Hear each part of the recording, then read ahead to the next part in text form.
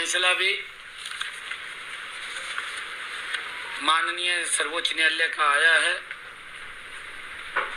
जो socio income को लेकर के हमने अपने प्रदेश के गरीब विधवाओं, गरीब अनाथ बच्चों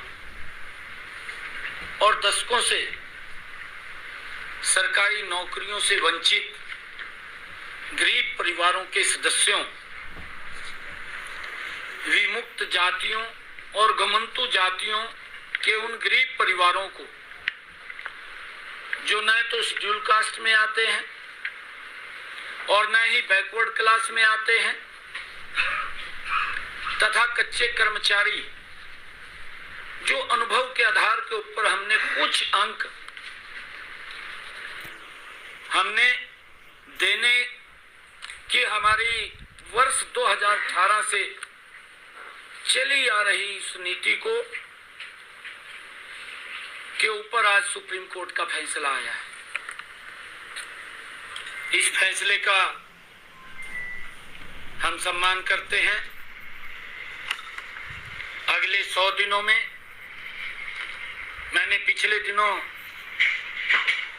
ये बात कही थी कि हम हरियाणा में 50,000 भर्तियां करेंगे। हम उन 50,000 भर्तियों का आने वाले समय में ये संकल्प लेते हैं कि हम उसको पूरा करेंगे कि ग्रुप डी में 13,50,000 अभ्यर्थियों ने रजिस्ट्रेशन किया और जिसमें 13,657 कुल पद थे। बिल्कुल ठीक कहा, हम इसका विरोध नहीं कर रहे हैं, परंतु मैं उसको बताना चाहता हूं कि 13,50,000 अभ्यर्थियों ने इसमें रजिस्ट्रेशन किया। 9.5 लाख युवाओं ने पेपर में उन्होंने सीईटी का पेपर दिया और 4,20,000 युवा ने क्वालिफाई किया। जो मैंने कहा है कि वो 3 वर्ष के लिए मान्य है और इस पेपर में कोई भी सोशो इनकम का सवाल ही नहीं है। सीईटी से ही हम अगर किसी डिपार्टमेंट के अंदर कहीं आवश्यकता पड़ती है तो हम इसी सीईटी से जिन्होंने क्वालिफाई किया है इसी से उठा करके ही उन बच्चों को रजिस्टर करने का काम करते हैं। ऐसे 11,000 युवाओं ने अपनी नौकरी को ज्वाइन किया है और उसमें से 2,657 ऐसे बच्चे थे कि जो इस सोशो इनकम के कारण वो ज्वाइन करने थे, परंतु अभी हमने इन बच्चों के रिजल्ट को रोका हुआ था, हमने उनको ज्वाइन नहीं किया और 11,000 जो बच्चे हैं जिन्होंने ज्वाइन किया है उनको किसी प्रकार की कोई दिक्कत, कोई समस्या नहीं है। मैं इसीलिए कहना चाहता हूं कि वो भ्रम की स्थिति ना भलाए, एकदम ही वो उतावला हो जाता है। अरे अपने गिरेबान में तो जहां तू पहले तेरी सरकार क्या काम करती थी, तेरी सरकार के अंदर तो जिसमें तू मंत्री था किस प्रकार से नौकरियां बिकती थी उसका कोई सिस्टम भी नहीं था और कोर्ट इनको आईना दिखाने का काम करता था, उन बच्चों को भी बाहर करता था।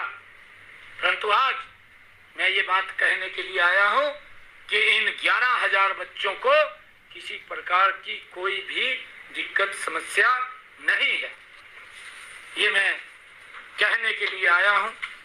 और ग्रुप सी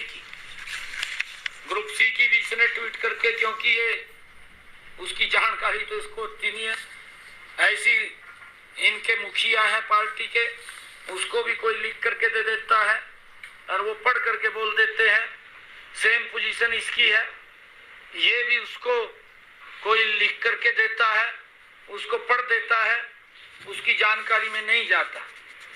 झूठ फैलाना है, क्योंकि डीएनए के अंदर है झूठ फैलाना, और उसको लेकर के लगातार ये झूठ फैलाने के अंदर लगे हुए हैं।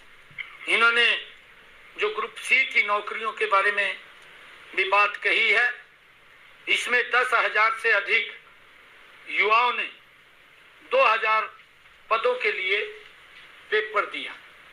वो भी सीईटी से था। ये सीईटी का दूसरा भाग है, और ये भाग वो है जिसमें टेक्निकल बच्चे आते हैं। और जब इनको बुलाया गया, क्योंकि उसके अंदर फुल टाइम हम बच्चों को बुलाते थे, सीईटी के अंदर हमारे पास इतने बच्चे ही नहीं थे कि वो फुल टाइम हम बुलाएं। ये इसको जानकारी भी नहीं है इस बात की कि हम जितने बच्चे हमें बुलाने थे उतने बच्चे क्वालिफाई नहीं किए, क्योंकि उसमें कोई जेई है, कोई